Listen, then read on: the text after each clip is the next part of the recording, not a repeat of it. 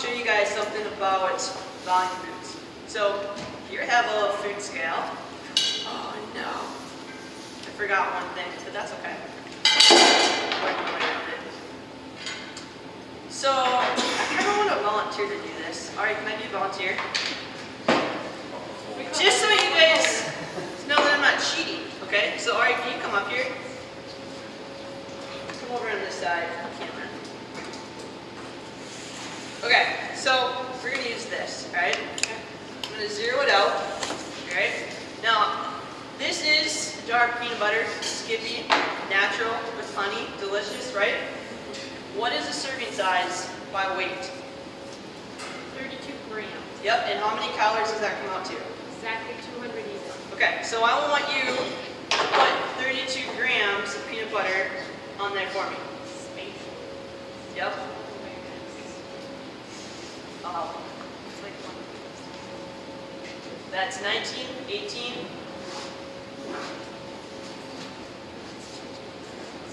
That would be 39, so we're going to take a little bit away. I always wanted to do this. We're going to get it exact, Kelly. You know, like when they Okay, take try out that. like a half a piece of ham. 34, you got 2 more grams. Just a little nibble.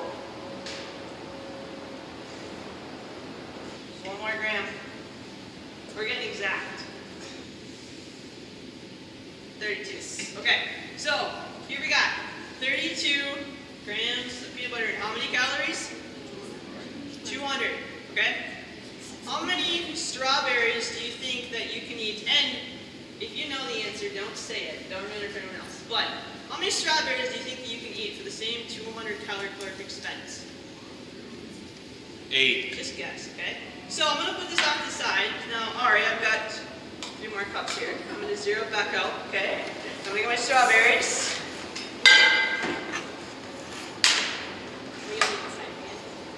MyFitnessPal, anyone used that before? If you've been a part of this gym, you probably have.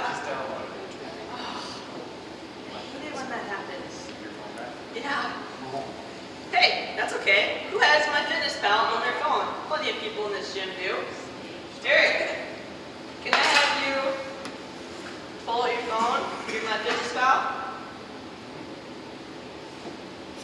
Actually, while that's happening, I'll just give you the answer.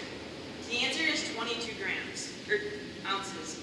22 ounces of strawberries, okay? So I'm going to show you what 22 ounces of strawberries physically looks like while Eric is pulling up his MyFitnessPal, so we're going to use it again. Okay, so let's start putting in, okay, start filling in strawberries. Let's get to 22 ounces. We got 3.2, oh my gosh, 4.8, 6, 7, all right, we got a problem.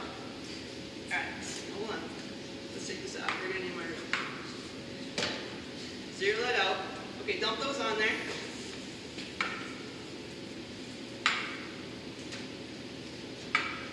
Okay, we got 9.9. We got to get to 22.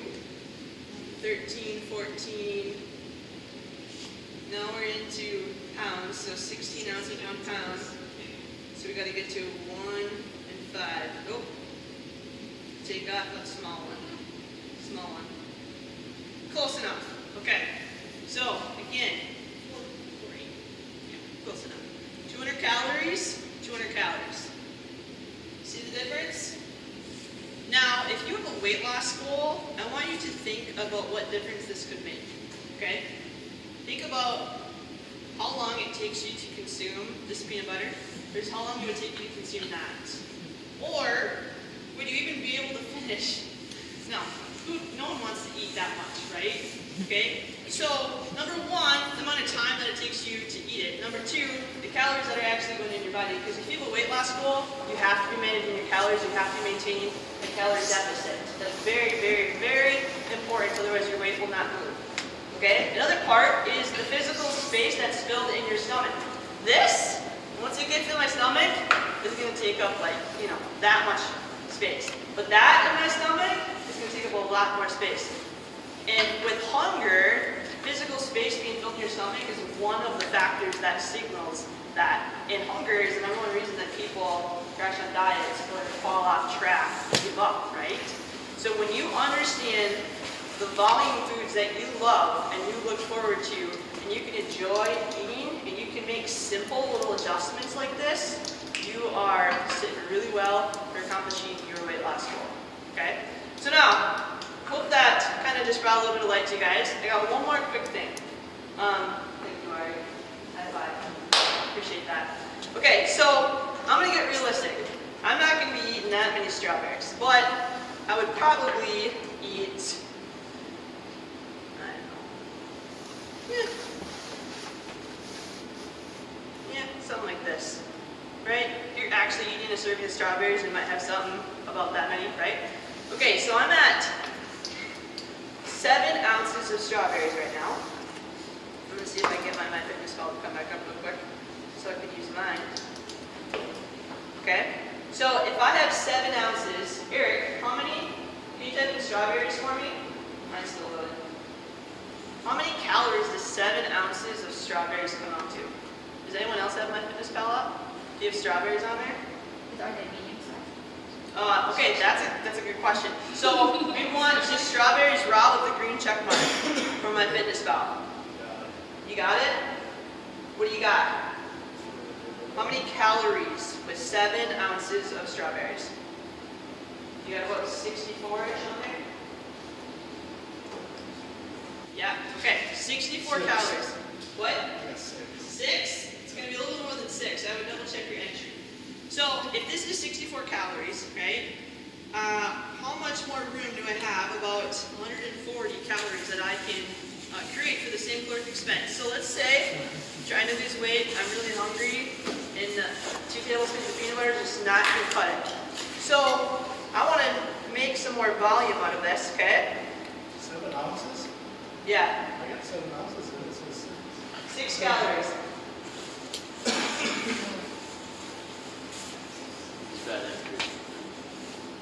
I would double check the essential servings I got there.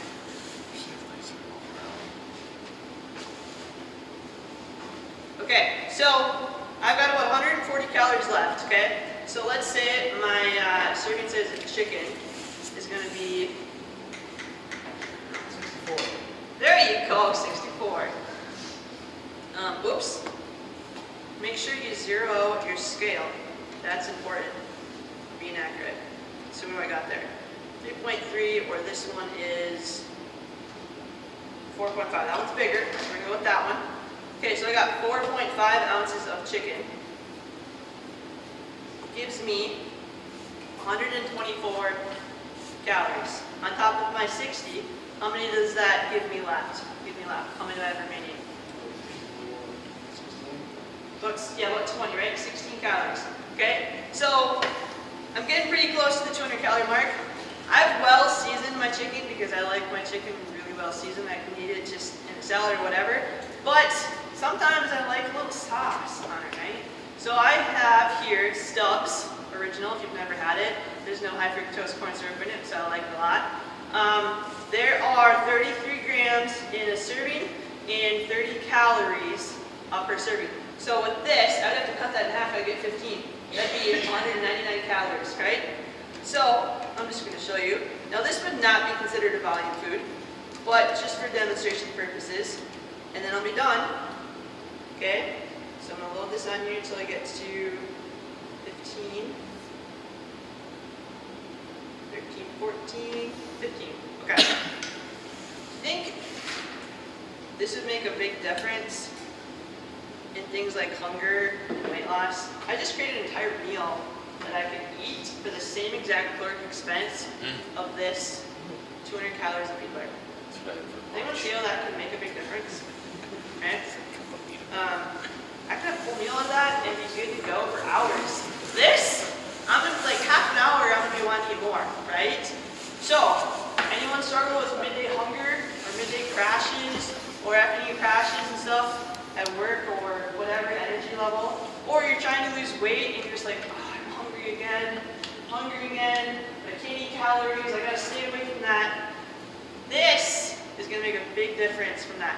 So, that's enough I'll say about that. But once you understand the items that you're currently eating that are like this, maybe it's not exactly peanut butter, but it's similar, and you understand what volume foods you like that you can make smaller replacements, that's going to make a huge difference. And consistency, right? You do it consistently, it's really going to pay off. So there's a lot of different factors that go into this. Hunger, fullness, like think of how many bites it's going to take you to get through all that, how much time you're actually spending, how much physical space it's filling up in your stomach, and what your goals are, you know? If your goal is to just have more energy throughout the day, not be crabby in the middle of the day when your coworker's talking to you because your stomach is grumbling, or you got 15 pounds to lose because you're training for Grandma's Marathon, right? Depending on what your goals, you can apply this to you and use it how you will. So, I hope that was valuable to you. I hope maybe you learned a thing or two. Do you guys have any questions about any of this? I got one. What if we substituted the red for something green? The red for green? For something green, lettuce. That would be even more valuable. Even more valuable. That's where the 6 calories are coming. You can get 6 calories in a big spinach salad right on the side of this. Now, if you add on dressing or cheeses, those are going to be in your fats categories, and that's going to make it go up pretty quickly. But depending on what you add onto it, you know, there's all different types of dressings. But yeah, absolutely. Is there a difference between counting calories and counting macros, and do you recommend one over the other? That's a great question. So, macronutrients are what make up your calories. So, proteins and carbs have 4 calories per gram, and fats have 9 calories per gram. So, you could look at any label and just multiply your proteins and carbs by 4, your fats by 9, add it together, and be able to get the calories on there. So, if you have a weight goal, the first thing is always going to be calories. Okay, calories, calories, calories, over your macronutrients. However, your macronutrients play a significant role in what you experience through the weight loss phase. So, one of the things that people overlook so much when trying to lose weight is the consequences of losing weight. So your body sends you signals based on things like hunger or cravings or what's going on, you know, throughout the day. That's its natural defense mechanisms to keep you where you are. So the way you are getting your calories is going to make a very big difference in what your goal specifically is. So macronutrients, if you're focusing on things like volume foods and what we just talked through with the perception of macros, you get a very, very comfortable weight loss experience and just be, you know, hitting your calories while supporting your body with nutritious foods. You know, it depends on what your goal is. But the other part is your experience. So, are you hungry all the time? How's your energy? How are your cravings? Where you get your calories from is going to make a huge difference with that. Does that make sense? So does MyFitnessPal have sort of a macro calculator in there? Yeah. So once you download it and you're in there, there's a totals tab. So I can just click right on here and it'll show me my totals for protein, carbs, fiber, it has sugar and fat, and a whole bunch of other things. So as you're tracking throughout the day, you'll get your totals that just go right on. It's really nice. Cool. If Thank you've never you. used MyFitnessPal, I highly recommend it. Thanks. It'll bring a lot of awareness of your nutrition, for sure. But the calories part, it's personal. So like, what is your goal? Like, if your goal is weight loss, macronutrients are going to play a big role in that, specifically in the hunger department. If your goal is to just be the healthiest rounded person that you could possibly be, macros are going to play a role again, but you have a little more freedom because you're not so concerned about your weight moving down, right? So it just depends on what your goal is, really. That's a good question. Any other questions? Okay.